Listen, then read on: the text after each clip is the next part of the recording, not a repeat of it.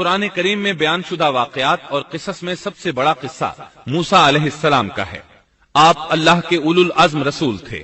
آپ کا قصہ قرآن کریم کی 73 سورتوں میں جا بجا پھیلا ہوا ہے۔ 73 سورتوں میں پھیلے ہوئے قصے کو یکجا کرنا آسان کام نہیں۔ ایسے واقعات کی جزیات کو قرآن و حدیث کی چھلنی میں سے گزارنا انتہائی ضروری ہے۔ تو آئیے سنتے ہیں قصہ سیدنا موسیٰ علیہ السلام کا۔ اللہ تعالی سورۃ القصص آیت 1 تا 3 میں فرماتے ہیں، شروع اللہ کے نام سے جو بڑا مہربان نہایت رحم والا ہے۔ تا سین میم، یہ روشن کتاب کی آیات ہیں۔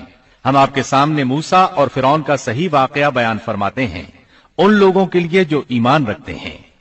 ان آیات میں اہل ایمان کے لیے نصیحت اور یاد دہانی ہے، جبکہ انہی آیات میں فاسق، نافرمان اور کجراؤ لوگوں کے لیے ڈراوا اور وعید ہے۔ فرعون یعنی ولید بن مصعب بہت جابر اور ظالم شخص تھا۔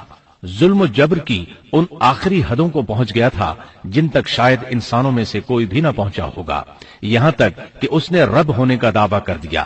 وہ اللہ تعالیٰ کا انکار کرتے ہوئے کہا کرتا تھا، فرعون کہنے لگا، اے درباریوں، میں تو اپنے سوا کسی کو تمہارا معبود نہیں جانتا۔ کہنے لگا، تم سب کا رب میں ہی ہوں۔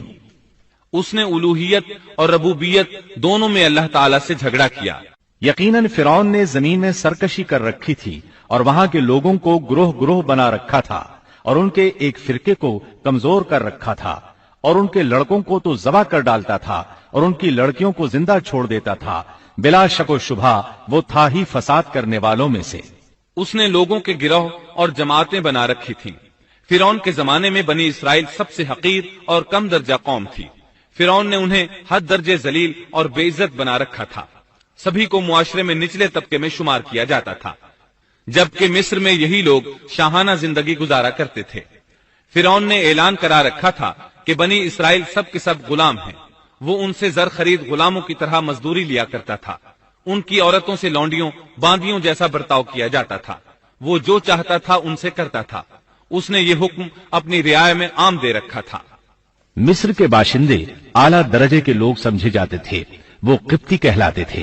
فرعون نے بنی اسرائیل کو غلام اور محکوم بنا رکھا تھا اور اس نے ان میں سے ایک فرقے کو کمزور کر رکھا تھا۔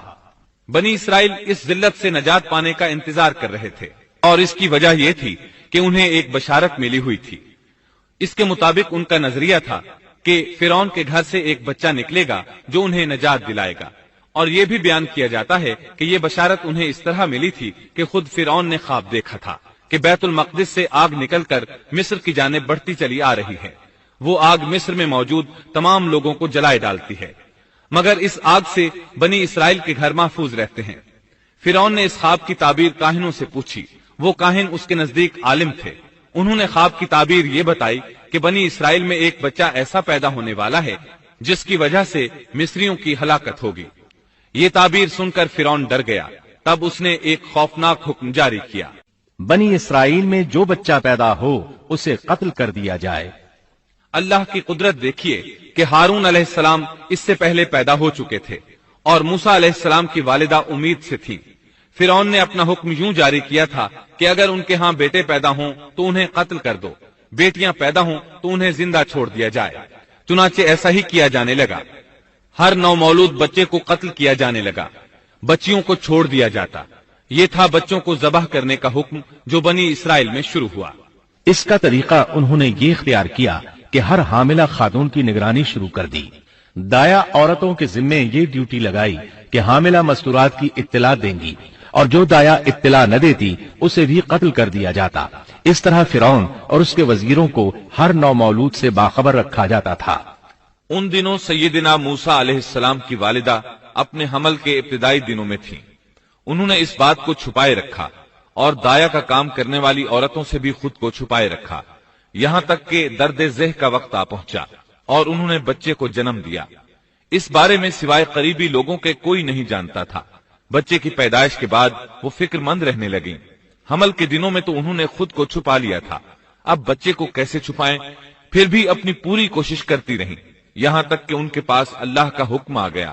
یہ حکم اللہ نے ان کے دل میں ڈالا تھا، یعنی القاء کیا گیا تھا۔ یہ وہ وحی نہیں تھی جو پیغمبروں پر آتی ہے۔ اور ہم نے موسیٰ کی ماں کو وحی کی کہ اسے دودھ پلاتی رہ